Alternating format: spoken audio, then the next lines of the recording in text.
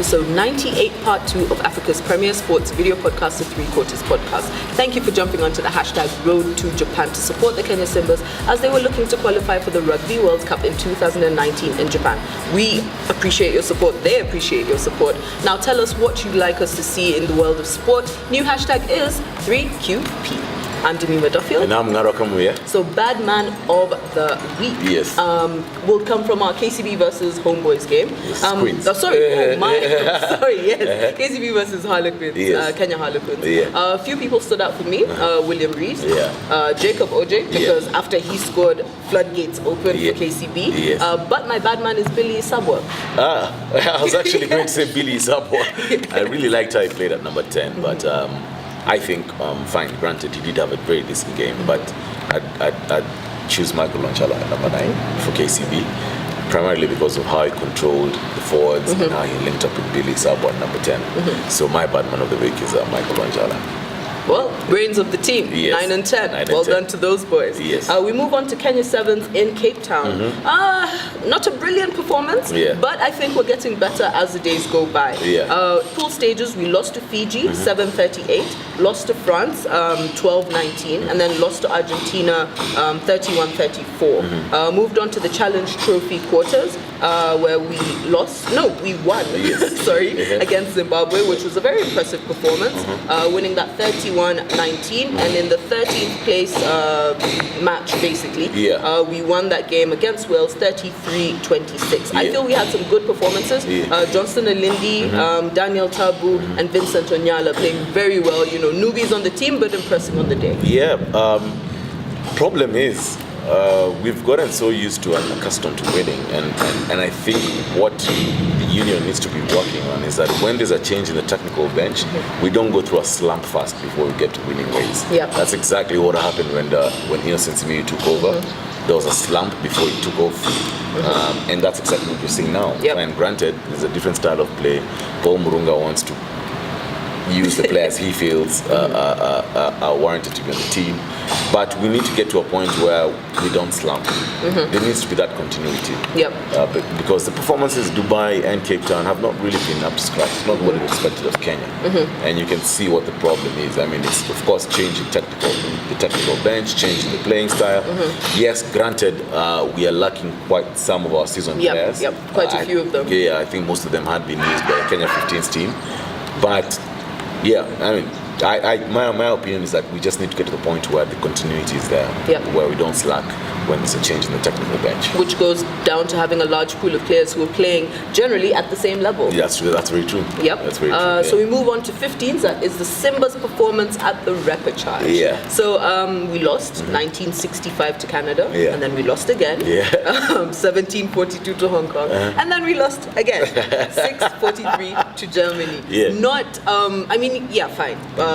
Given the preparation we had going into the repechage, we didn't expect to do very well, to be honest. Yes, we supported the boys, but being realistic, we didn't expect, a brilliant performance. But those, I think, were worse than what we expected. Anyway, going forward, what we have to look forward to is the Gold Cup next year. So hopefully we'll start building early for that. Like you say, granted, the preparation was not good going into the repechage, and as such, Kenya's missed out on the chance to play at the Rugby World Cup in 2019. Something that I feel Kenya could have achieved if the preparation was in place, if the union had done their work in terms of, I believe, now seeing what has happened, I believe Jerome Parfata should have been retained as head coach, and he should have been given the resources to do what he needed to do. There was a very big problem when it came to selection. I won't lie. I'm very disappointed in what Mary Ralston and Liam Snook did at the repechage. Selection was a very big problem. I mean, by the time you're leaving Oliver Mangeni on the bench, or he's not even playing. Simon Mniafi did not even play one game. These are your seasoned locks. Why the hell would you do that? It's there's tough questions have to be asked. But in my opinion, I do feel that Jerome Parfata should have been retained now. But look, that has happened. There's nothing much you can do. Kenya just needs to build on this. And more importantly is the preparation. If you talk to the team, if you talk to the guys who are in Marseille for the repechage, they will tell you how like we are eons apart. Yes. But like the disparity between us and the professional nations is alarming. There was one video, there was one clip that was very interesting. I think in the Canada versus Kenya game, just after Canada had scored a try, the broadcasters went to the both technical benches. And Canada, you have a technical bench of about 10 guys, each of them with their MacBooks, their analysis and everything. And then they switched to the Kenya guy, the Kenya bench.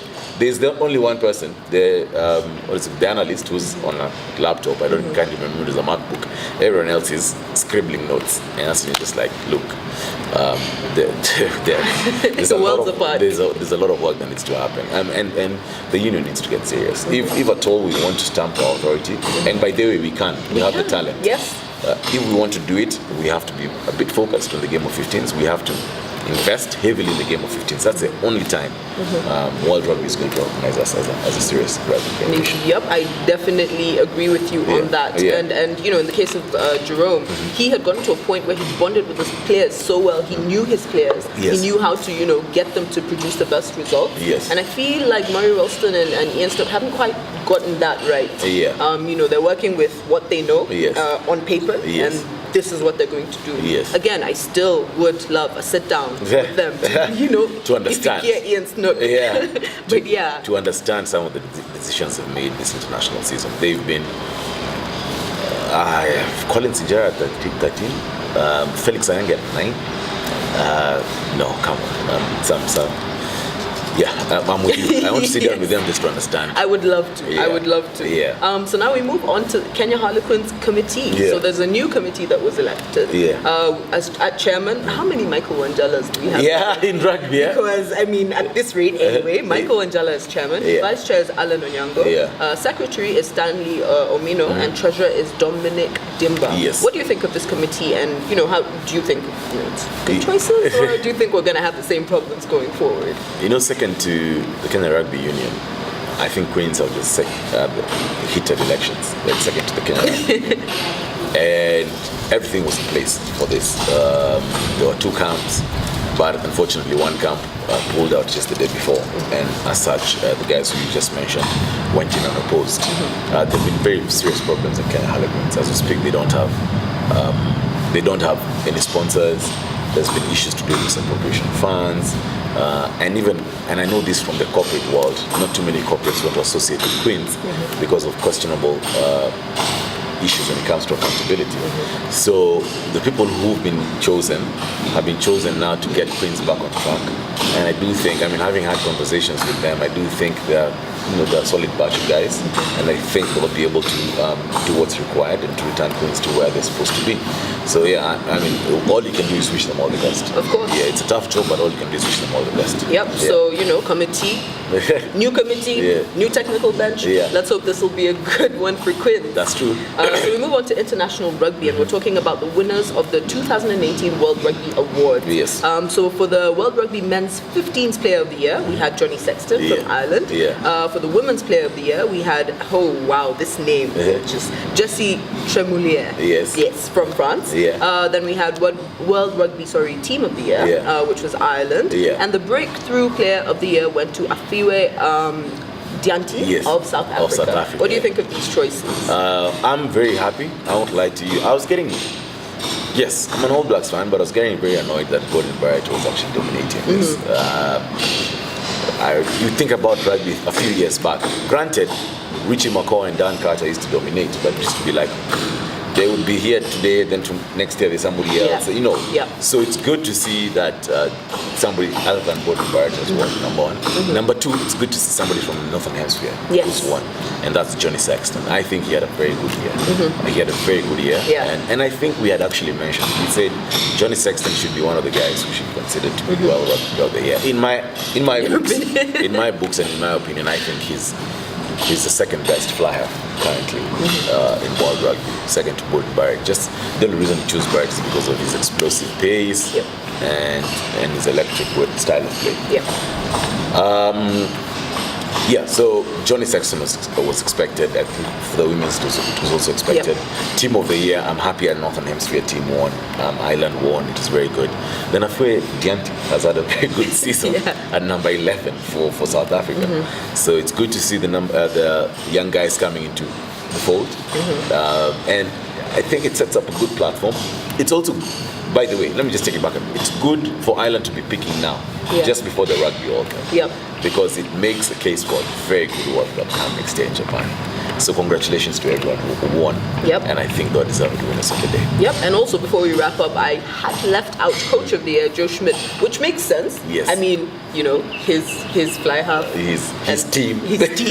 So, I mean, who else was going to get it? Yeah, so very well done to him. He's done a good job at Ireland.